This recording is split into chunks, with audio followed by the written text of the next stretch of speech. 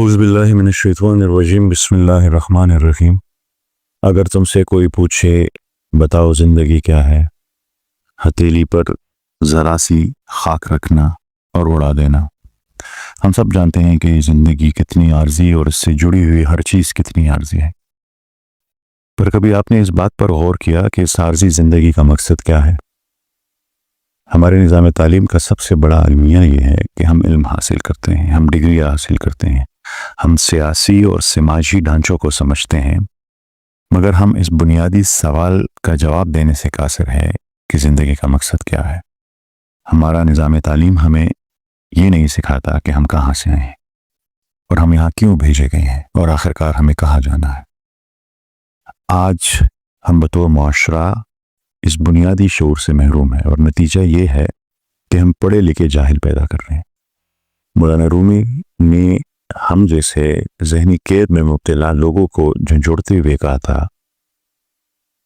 باوسعت ارض اللہ برحبس چچسیری، کہ اگر اللہ کی زمین اتنی وسیع ہے تو تم ایک قید خانے میں کیوں بیٹھے ہوئے ہو، یا دوسرے لفظوں میں آپ ایک ایسے قید خانے میں ہیں جس کا دروازہ کھلا ہوا ہے اور اس کے باہر ایک وسیع اور زمین ہے، مگر آپ پھر بھی اس قید خانے میں رہنا پسند کرتی ہیں۔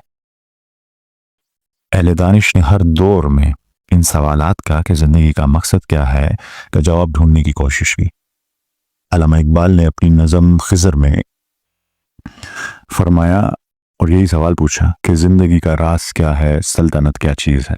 غنی خان بابا نے بھی اسی سوال کی تلاش میں مذہب اور فلسفے کو سمجھنے کی کوشش کی اور کہا، گرپیران میں ٹنگولی مذہبنا لٹولی چرتا ٹکے رنا نشتا بس کے سو پسی کسا موٹی خاورے نہ جوڑ شوے موٹی خاورے بجوڑے گم زدے ولی جوڑا ولم ساجت ہو ددیسا۔ مٹی سے بنا ہوا انسان ہوں، مٹی ہو جاؤں گا میں، مجھے کیوں بنایا، میرے بنانے کا مقصد کیا تھا۔ غرض یہ کہ جان کیٹس، ولیم ورڈزورتھ، سقراط، افلاطون، ارسطو تمام اسی سوال کی جواب کی تلاش میں رہے۔ ارسطو نے اپنے ذہن کے مطابق زندگی کا مقصد یوڈیمونیا کو قرار دیا، جو ایک یونانی اصطلاح ہے جس کا مطلب ہے حقیقی خوشحالی یا خوشی۔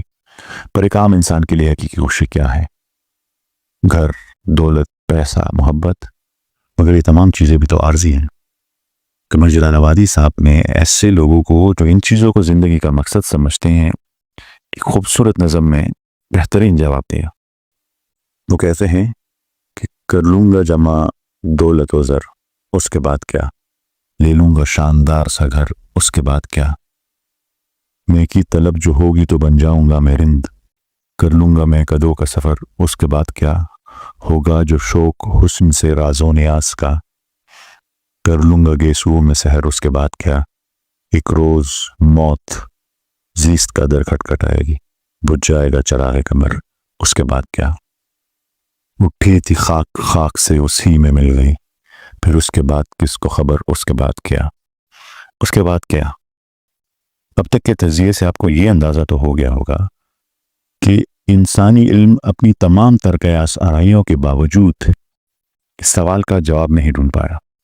آپ جانتے ہوں گے کہ اس دنیا میں دو طرح کا علم ہے، ایک وہ جو انسان اپنی تگ و دو سے حاصل کرتا ہے جسے ایکوائرڈ نالج کہتے ہیں، اور ایک وہ جو اللہ تعالیٰ کی طرف سے نازل ہوا جسے ریویلڈ نالج کہتے ہیں۔ اب جب کسی سوال کا جواب آپ کو ایکوائرڈ نالج میں نہ ملے تو آپ ریویلڈ نالج کا رخ کرتے ہیں۔ تو آیا کبھی اللہ تعالیٰ سے کسی نے پوچھا کہ انسان کو کیوں بنایا؟ یہ سیریز جو ہم نے شروع کی ہے یہ غور و فکر کے نام سے ہے، اور یہ آج اس کی پہلی کڑی تھی۔ دوسری کڑی میں جب ہم ملیں گے تو ہم اس سوال کو ریویل نالج میں تلاش کریں گے کہ زندگی کا مقصد کیا ہے۔